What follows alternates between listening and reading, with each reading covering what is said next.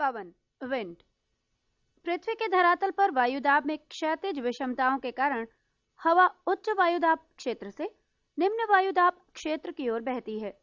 क्षैतिज रूप से इस गतिशील हवा को पवन कहते हैं। ऊर्ध्वाधर दिशा में गतिशील हवा को वायुधारा, एयर करंट कहते हैं।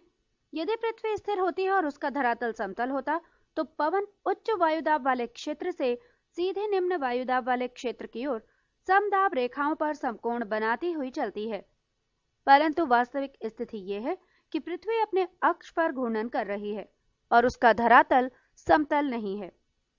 अतः पवन कई कारणों के प्रभावाधीन अपनी दिशा में परिवर्तन करती हुई चलती है। ये कारण है दाब प्रवणता बल, कॉरियोलिस प्रभाव, अभिकेंद्रीय त्वरण एवं भूघर्षण। नोट: कॉरियोलिस प्रभाव, कोरियोलिस इफेक्ट। पृथ्वी के घूर्णन के कारण पवनें अपनी मूल दिशा में विक्षेपित हो जाती हैं। इसे कॉरियोलिस बल कहते हैं। इसका नाम फ्रांसीसी वैज्ञानिक के नाम पर पड़ा है जिसने सबसे पहले इस बल के प्रभाव का वर्णन 1835 में किया। इस बल के प्रभावाधीन उत्तरी गोलार्ध में पवनें दाहिनी ओर तथा दक्षिणी गोलार्ध में अपने बाईं ओर मुड़ जाती हैं। इस विक्षेप को फेरेल नामक वैज्ञानिक ने सिद्ध किया था। अतः इसे फेरेल का नियम, फेरेल्स लॉ कहते हैं। इसे बाइस बैलेट नियम द्वारा भी समझा जा सकता है। इस नियम के अनुसार यदि कोई व्यक्ति उत्तरी गोलार्ध में पवन की ओर पीठ करके खड़ा हो तो उच्च दाब उसके दाईं ओर तथा निम्न दाब उसके बाईं ओर होगा। दक्षिणी गोलार्ध में स्थिति इसके ठीक विपरीत होगी। कॉरियोलिस बल प्रभाव विषुवत रेखा पर शून्य होता है, अर्थात विषुवत रेखा पर पवनों की दिशा में कोई विक्षेप नहीं होता है। इस बल का अधिकतम प्रभाव ध्रुवों पर होता है, अर्थात ध्रुवों पर पवनों की दिशा में अधिकतम विक्षेप होता है। पवन इन प्रकारों के होते हैं: 1. प्रचलित पवन, 2. मौसमी पवन और 3. स्थानीय पवन। 1. प्रचलित पवन। पृथ्वी के विस्तृत क्षेत्र पर एक ही दिशा में वर्ष भर चलने वाली पवन को प्रचलित पवन या स्थायी पवन कहते हैं। स्थायी पवनें एक वायुभार कटिबंध से दूसरे वायुभार कटिबंध की ओर नियमित रूप से चला करती हैं। इसके उदाहरण हैं पछुआ पवन, व्यापारिक पवन और ध्रुवीय पवन। पहले पछुआ पवन। दोनों गोलार्धों में उपोष्ण उच्च वायुदाब कटिबंधों से उपध्रुवीय निम्न वायुदाब कटिबंधों की ओर चलने वाली स्थायी हवा को इनकी पश्चिम दिशा के कारण पछुआ पवन कहा जाता है। पछुआ पवन का सर्वश्रेष्ठ विकास 40 डिग्री से 65 डिग्री दक्षिणी अक्षांशों के मध्य पाया जाता है। यहाँ के इन अक्षांशों को गरजता 40, प्रचंड 50 तथा चीखता 60 कहा जाता है। ये सभी नाम नाविकों के दिए हुए हैं। व्यापारिक पवन लगभग 30 डिग्री उत्तरी तथा दक्षिणी अक्षांशों के क्षेत्रों या उपोष्ण उच्च वायुदाब कटिबंधों से भूमध्य रेखीय निम्न वायुदाब कटिबंधों की ओर दोनों गोलार्धों में वर्ष भर निरंतर प्रवाहित होने वाले पवन को व्यापारिक पवन कहा जाता है। कॉरियोलिस बल और फेरेल के नियम के अनुसार उत्तरी गोलार्ध में अपनी दाईं ओर तथा दक्षिणी गोलार्ध में अपने बाईं ओर विक्षेपित हो जाता है। ध्रुवीय पवन ध्रुवीय उच्च वायुदाब की पेटियों से उपध्रुवीय निम्न वायुदाब की पेटियों की ओर प्रवाहित पवन को ध्रुवीय पवन के नाम से जाना जाता है। उत्तरी गोलार्ध में इसकी दिशा उत्तर पूर्व से दक्षिण पश्चिम की ओर तथा दक्षिणी गोलार्ध में दक्षिण पूर्व से उत्तर पश्चिम की ओर है। 2. मौसमी पवन। मौसम या समय के परिवर्तन के साथ जिन पवनों की दिशा बदल जाती है उन्हें मौसमी पवन कहा जाता है, जैसे मॉनसूनी पवन, स्थल समीर तथा समुद्री समीर पवन। और 3. स्थानीय पवन। प्रमुख गर्म स्थानीय पवन। चिनुक। संयुक्त राज्य अमेरिका और कनाडा में रॉकी पर्वत श्रेणी के पूर्वी ढाल के साथ चलने वाला गर्म या शुष्क पवन। ये पवन रॉकी पर्वत के पूर्व के पशुपालकों के लिए बड़ा ही लाभदायक है, क्योंकि शीतकाल की अधिकांश अवधि में ये बर्फ को पिघलाकर चरागाहों को बर्फ से मुक्त रखता है। फॉन ये ऑल्प्स पर्वत के उत्तरी ढाल से नीचे उतरने वाली गर्म एवं शुष्क हवा है। इसका सर्वाधिक प्रभाव स्विट्जरलैंड में होता है। इसके प्रभाव से बर्फ पिघल जाती है और पशु चारकों के लिए चरागाह मिल जाता है। इसके प्रभाव से अंगूर जल्दी पक जाते हैं। हरमट्टन, ये सहारा रेगिस्तान से उत्तर पूर्व दिशा में चलने वाली गर्म एवं शुष्क हवा है। ये पवन सहारा से गिनी तट की ओर बहती है। गिनी तट पर इसे डॉक्टर हवा कहा जाता है। सिरोको, ये सहारा मरुस्थल से भूमध्य सागर की ओर बहने वाली गर्म हवा है। जब ये भूमध्य सागर पार करती है तो आर्द्र हो जाती है और इटली पहुंच जाती है। इसके अन्य स्थानीय नाम भी हैं, जैसे 1 खमसिन मिस्र में, 2 गिबिली लीबिया में, 3 चिली ट्यूनिशिया में, 4 लेस्ट मैड्रिया में, 5 सिरोको इटली में और 6 लेबेक स्पेन में। सिमोम, अरब रेगिस्तान में बहने वाली गर्म एवं शुष्क हवा। ब्लैक रोलर, उत्तरी अमेरिका के विशाल मैदान में दक्षिणी पश्चिमी या उत्तरी पश्चिमी तेज धूल भरी चलने वाली आंधी है। ब्रिक फील्डर, ऑस्ट्रेलिया के विक्टोरिया प्रांत में चलने वाली गर्म एवं शुष्क हवा है। नार्वेस्टर, ये न्यूजीलैंड में उच्च पर्वतों से उतरने वाली गर्म एवं शुष्क हवा है। शामल, ये इराक तथा फारस की खाड़ी में चलने वाली गर्म एवं शुष्क हवा है। सांता आना, ये दक्षिणी कैलिफोर्निया में सांता आना घाटी से चलने वाली गर्म एवं शुष्क धूल भरी आंधी है। कोयम्बैंग, ये जावा इंडोनेशिया में बहने वाली गर्म हवा है। ये तंबाकू की खेती को काफी नुकसान पहुंचाती है। कुछ अन्य गर्म हवाएं एवं उनके स्थान। नाम ट्रेमोंटेन, स्थान मध्य यूरोप। नाम वर्गस, स्थान दक्षिणी अफ्रीका। नाम बाग्यो, स्थान फिलीपींस द्वीप समूह। नाम लू, स्थान उत्तरी भारत। नाम सामून, स्थान ईरान। नाम अयाला, स्थान फ्रांस। नाम सुखोवे, स्थान रूस एवं कजाकिस्तान। नाम गारिच, स्थान दक्षिणी पूर्वी ईरान। और नाम सोलेनो, स्थान दक्षिणी पूर्वी स्पेन। स्थानीय शीतल हवाएं। नाम विलिबाओ, स्थान अलास्का। नाम मिस्ट्रल, स्थान स्पेन एवं फ्रांस। नाम बाइज, स्थान दक्षिणी फ्रांस। नाम फ्रियाजेम, स्थान ब्राजील। नाम नॉटी, स्थान संयुक्त राज्य अमेरिका। नाम पेपागायो, स्थान मैक्सिको। नाम नेवाडोस, स्थान इक्वेडोर। नाम सिस्टोन, स्थान पूर्वी ईरान। नाम हबूब, स्थान सूडान। नाम पुरगा, स्थान टुंड्रा प्रदेश। नाम बोरा, स्थान एड्रियाटिक तट। नाम बुरान, स्थान रूस एवं साइबेरिया। नाम पैम्पीरो, स्थान अर्जेंटीना। नाम नार्दर, स्थान संयुक्त राज्य अमेरिका। नाम पोनेंटी, स्थान दक्षिणी अफ्रीका। नाम मेस्ट्रेल, स्थान उत्तरी इटली। नाम विली विली, स्थान ऑस्ट्रेलिया। नाम केप डॉक्टर, स्थान दक्षिणी अफ्रीकी गणतंत्र। इसे टेबल ब्लॉक कहते हैं। सारणी समाप्त। जेट प्रवाह, जेट स्ट्रीम्स, क्षोभमंडल के ऊपरी परत में बहुत तीव्र गति से चलने वाले संकरे, नलिकाकार एवं विसर्पी पवन प्रवाह को जेट प्रवाह कहते हैं। ये 6 से 12 किलोमीटर की ऊंचाई पर पश्चिम से पूर्व की ओर प्रवाहित होता है।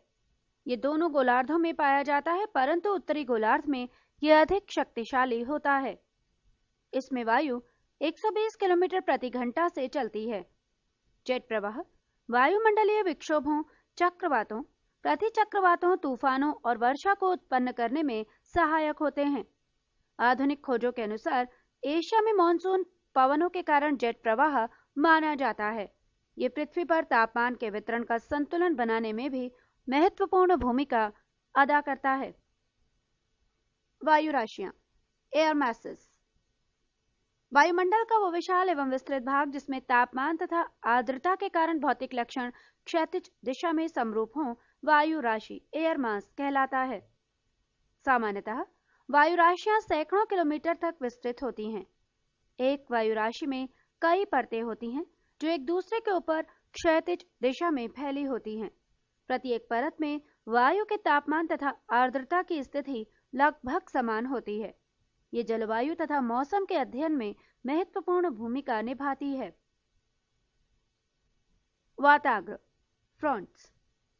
दो विभिन्न प्रकार की वायु राशियां सुगमता से आपस में मिश्रित नहीं होती और तापमान तथा आर्द्रता संबंधी अपना अस्तित्व बनाए रखने का प्रयास करती हैं। इस प्रकार दो विभिन्न वायु राशियां एक सीमा तल द्वारा अलग रहती हैं। इस सीमा तल को ही वाताग्र फ्रंट्स कहते हैं।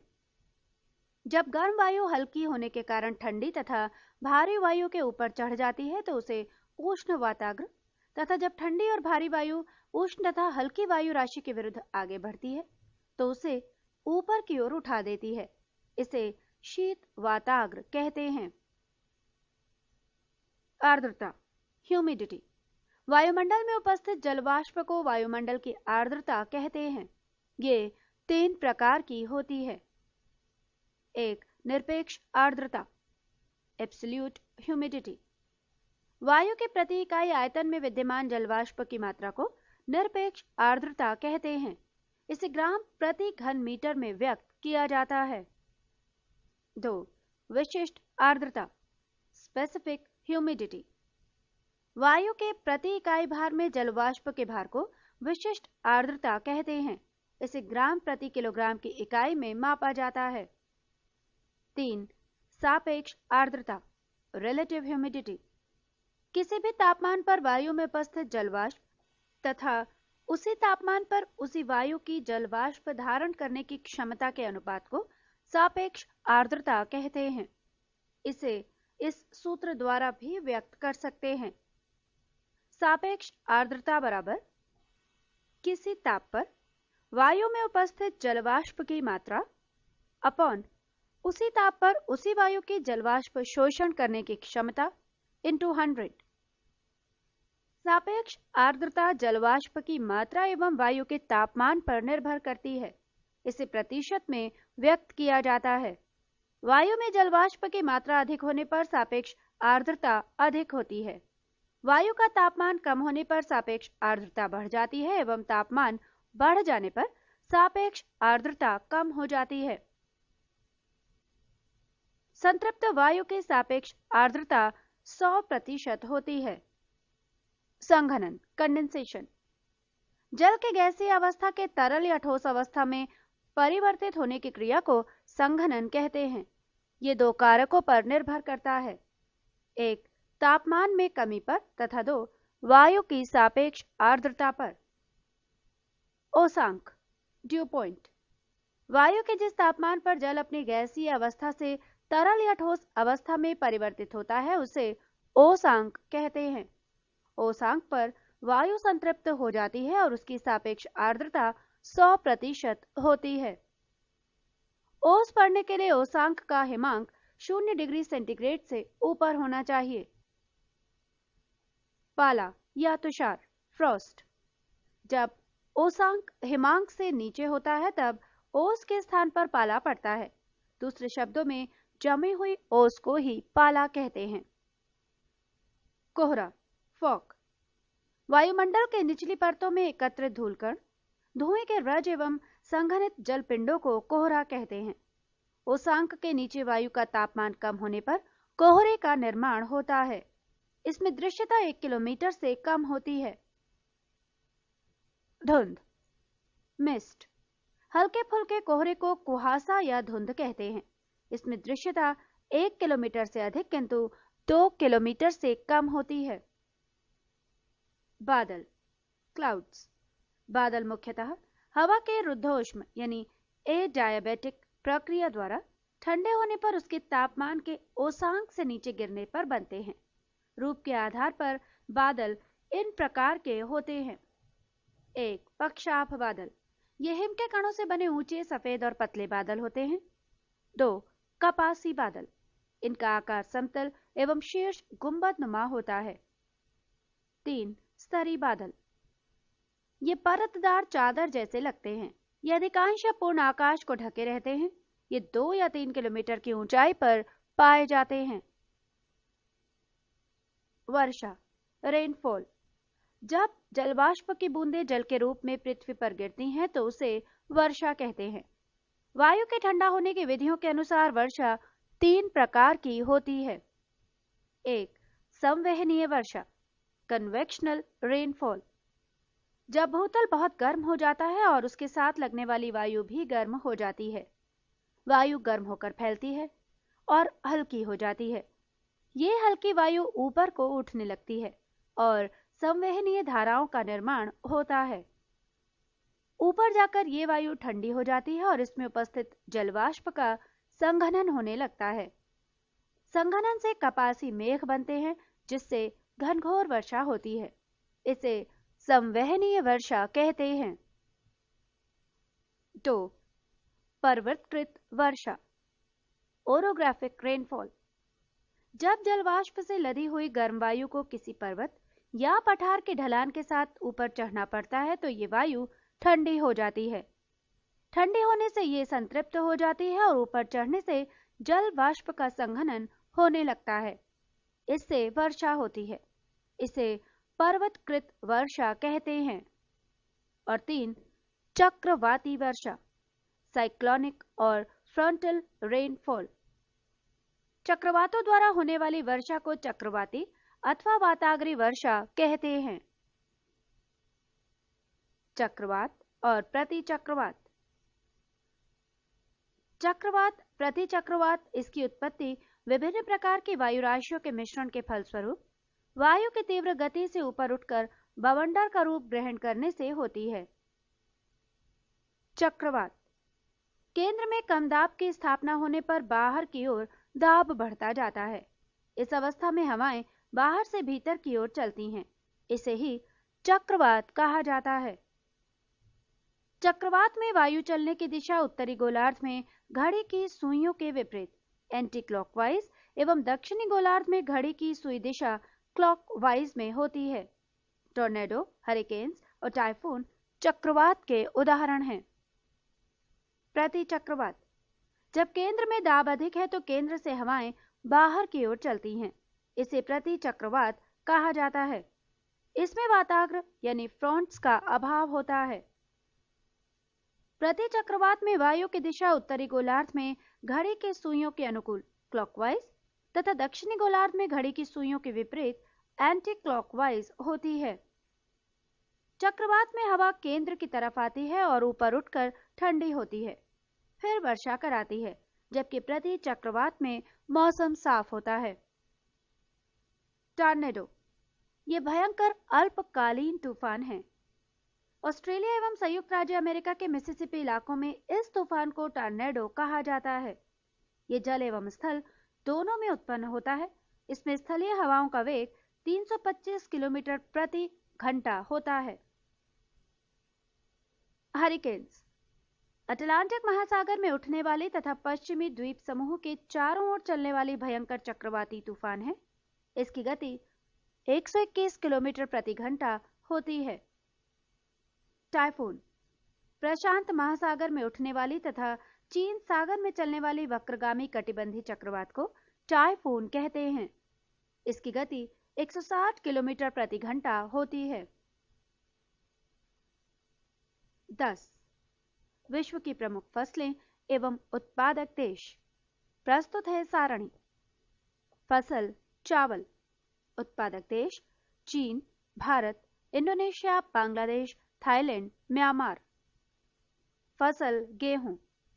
उत्पादक देश चीन, भारत, संयुक्त राज्य अमेरिका, फ्रांस, कनाडा, रूस और यूक्रेन। फसल मक्का।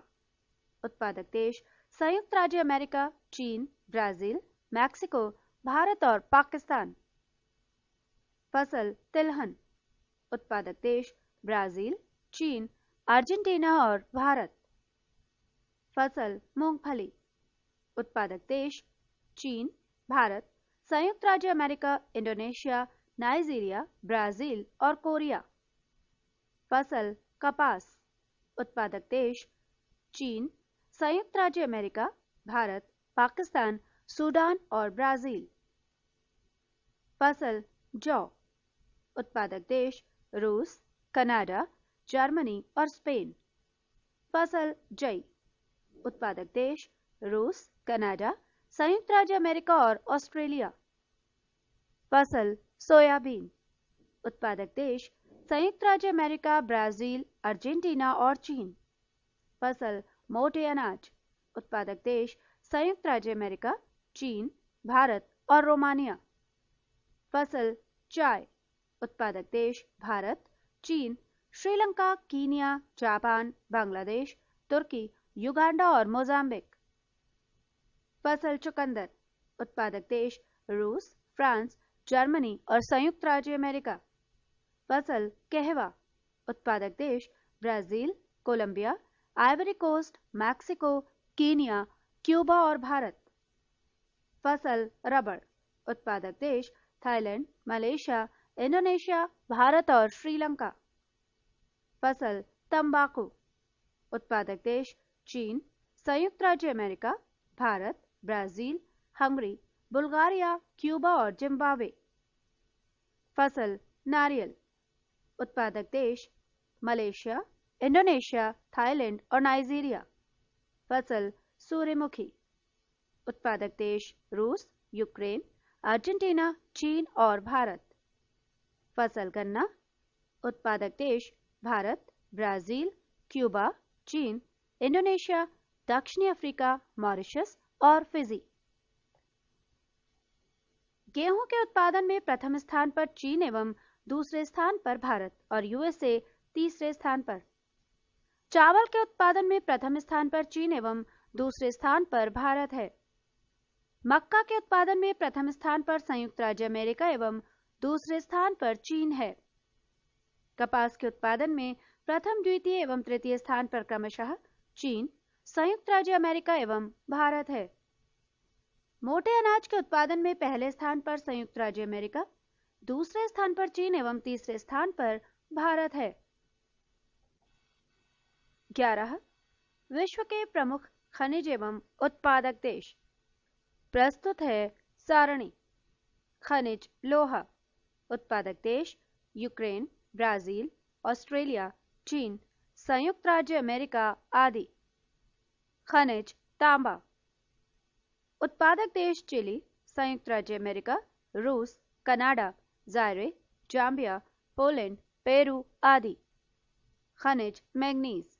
उत्पादक देश यूक्रेन, गैबोन, ब्राजील और भारत। खनिज बॉक्साइट। उत्पादक देश Australia, Guinea, Jamaica, Brazil, Suriname, Greece, Bharat आदि। खनिज जस्ता। उत्पादक देश Canada, Japan, USA, Poland, Peru, Mexico आदि। खनिज टिन। उत्पादक देश मलेशिया, इंडोनेशिया, थाईलैंड, चीन, बोलीविया। खनिज सोना। उत्पादक देश दक्षिण अफ्रीका, पेरू, कनाडा आदि। खनिज चांदी। उत्पादक देश मैक्सिको, पेरू, कनाडा आदि। खनिज हीरा। उत्पादक देश अफ्रीका महाद्वीप। खनिज अभ्रक। उत्पादक देश भारत, ब्राजील, रूस, मालागासी, दक्षिण अफ्रीका, कनाडा आदि। खनिज कोयला। उत्पादक देश चीन, संयुक्त राज्य अमेरिका, भारत, जर्मनी और रूस। खनिज तेल। उत्पादक देश संयुक्त राज्य अमेरिका, रूस, सऊदी अरब, चीन, Mexico, great Britain, Iran, Iraq, Kuwait आदि। खनिज यूरेनियम। उत्पादक देश कनाडा, दक्षिण अफ्रीका, संयुक्त राज्य अमेरिका, जायरे, ऑस्ट्रेलिया, मालागासी। खनिज थोरियम। उत्पादक देश ब्राजील, ऑस्ट्रेलिया, श्रीलंका, भारत आदि। सारणी समाप्त। 12. विश्व के विनिर्माण उद्योग। उद्योग सूती वस्त्र उद्योग। उत्पादक देश ब्रिटेन, भारत, चीन और रूस। उद्योग लौह इस्पात उद्योग। उत्पादक देश संयुक्त राज्य अमेरिका, यूक्रेन, जापान और रूस। उद्योग ऊनी वस्त्र उद्योग। उत्पादक देश जापान, संयुक्त राज्य अमेरिका और ब्रिटेन। उद्योग रेशमी वस्त्र उद्योग। उत्पादक देश रूस, जापान, चीन, फ्रांस और भारत। उद्योग मोटर गाड़ी उद्योग। उत्पादक देश संयुक्त राज्य America, Japan, Germany, France, Italy, रूस और स्पेन। उद्योग पोत निर्माण उद्योग। उत्पादक देश जापान, स्वीडन, जर्मनी और संयुक्त राज्य अमेरिका। उद्योग वायुयान निर्माण उद्योग। उत्पादक देश संयुक्त राज्य अमेरिका, ब्रिटेन, रूस आदि। रसायन उद्योग में एक सल्फ्यूरिक अम्ल। उत्पादक देश संयुक्त राज्य अमेरिका, जापान, जर्मनी और ग्रेट ब्रिटेन। रसायन उद्योग में 2 नाइट्रोजन युक्त उर्वरक। उत्पादक देश संयुक्त राज्य अमेरिका, जापान और भारत। रसायन उद्योग में 3 फॉस्फेट उर्वरक। उत्पादक देश संयुक्त राज्य अमेरिका और ऑस्ट्रेलिया। और रसायन उद्योग में 4 पोटाश उर्वरक। उत्पादक देश जर्मनी और संयुक्त राज्य अमेरिका। 13 विश्व के प्रमुख औद्योगिक नगर। नगर बेलफास्ट, उद्योग जहाज निर्माण। नगर चेलियाबिंस्क, उद्योग लोहा इस्पात। नगर बर्मिंघम, उद्योग लोहा इस्पात। नगर एसेन, जर्मनी, उद्योग लोहा इस्पात। नगर हवाना, उद्योग सिगार। नगर लॉस एंजल्स, उद्योग पेट्रोलियम और फिल्म।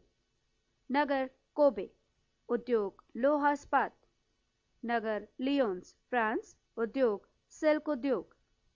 नगर मिलान, उद्योग सिल्क वस्त्र उद्योग। नगर प्लेमाउथ, उद्योग जहाज निर्माण। नगर शेफील्ड, ब्रिटेन, उद्योग कैंची और छुरी। नगर वेनिस, उद्योग कांच उद्योग। नगर वेलिंगटन, उद्योग डेयरी उद्योग। नगर ढाका, उद्योग कालीन उद्योग। नगर नागोया, उद्योग जहाज निर्माण और सूती वस्त्र। नगर डेट्रॉइट, उद्योग ऑटोमोबाइल। नगर ग्लासगो, उद्योग जहाज निर्माण। नगर हॉलीवुड, उद्योग फिल्म उद्योग। नगर कंशास, उद्योग मांस उद्योग। नगर कीव, उद्योग इंजीनियरिंग उद्योग। नगर मैनचेस्टर, उद्योग सूती वस्त्र उद्योग। नगर फिलाडेल्फिया, उद्योग लोकोमोटिव। नगर पिट्सबर्ग, उद्योग लोहा एवं इस्पात। नगर सिएटल, उद्योग वायु निर्माण। नगर व्लादिवोस्टोक, उद्योग जहाज निर्माण। नगर मुल्तान, उद्योग मिट्टी के बर्तन। नगर म्यूनिख, जर्मनी, उद्योग लेंस निर्माण। और नगर ओसाका, उद्योग सूती वस्त्र और लोहा इस्पात। 14 विश्व की प्रमुख वनस्पति। वनस्पति 1 ट्रोपोफाइट, उष्णकटिबंधीय जलवायु वाली घास एवं वनस्पति। 2 हाइग्रोफाइट, दलदली एवं भूमध्य रेखीय उष्ण आर्द्रता वाली वनस्पति। 3 ज़ीरोफाइट, उष्णकटिबंधीय मरुस्थलीय क्षेत्रों की वनस्पति। 4 हाइड्रोफाइट, जल प्लावित क्षेत्रों की वनस्पति। 5 मेसोफाइट, शीतोष्ण कटिबंध क्षेत्र की वनस्पति। 6 क्रायोफाइट, टुंड्रा एवं शीत प्रधान क्षेत्रों की वनस्पति। 7 हेलोफाइट, नमकीन क्षेत्र में पाई जाने वाली वनस्पति। और 8 लिथोफाइट, कड़ी चट्टानों में उगने वाली वनस्पति। 15 विश्व की प्रमुख जनजातियां। जनजाति एस्किमो, संबंधित देश या क्षेत्र ग्रीनलैंड, कनाडा। जनजाति किर्गिज, संबंधित देश या क्षेत्र मध्य एशिया। जनजाति माओरी, संबंधित देश या क्षेत्र न्यूजीलैंड। जनजाति मसाई, संबंधित देश या क्षेत्र पूर्वी अफ्रीका, कीनिया। जनजाति वेदांस, संबंधित देश या क्षेत्र श्रीलंका। जनजाति नीग्रो, संबंधित देश या क्षेत्र मध्य अफ्रीका। जनजाति सेमांग, संबंधित देश या क्षेत्र मलेशिया। जनजाति यूकाधिर, संबंधित देश या क्षेत्र साइबेरिया। जनजाति आइनू, संबंधित देश या क्षेत्र जापान। जनजाति बुशमैन, संबंधित देश या क्षेत्र कालाहारी मरुस्थल बोत्सवाना। जनजाति रेड इंडियन, संबंधित देश या क्षेत्र उत्तरी अमेरिका कनाडा। जनजाति पिग्मीज, संबंधित देश या क्षेत्र कांगो बेसिन। जनजाति बोरो, संबंधित देश या क्षेत्र ब्राजील। जनजाति इंकाथा, संबंधित देश या क्षेत्र दक्षिण अफ्रीका। जनजाति हैदा, संबंधित देश या क्षेत्र अमेरिका। जनजाति तार, संबंधित देश या क्षेत्र साइबेरिया। जनजाति पद्दू, संबंधित देश या क्षेत्र अरब। जनजाति पपुअन्स, संबंधित देश या क्षेत्र न्यूगिनी। जनजाति याकू, संबंधित देश या क्षेत्र टुंड्रा प्रदेश। जनजाति जुलू, संबंधित देश या क्षेत्र नेटाल प्रांत दक्षिण अफ्रीका।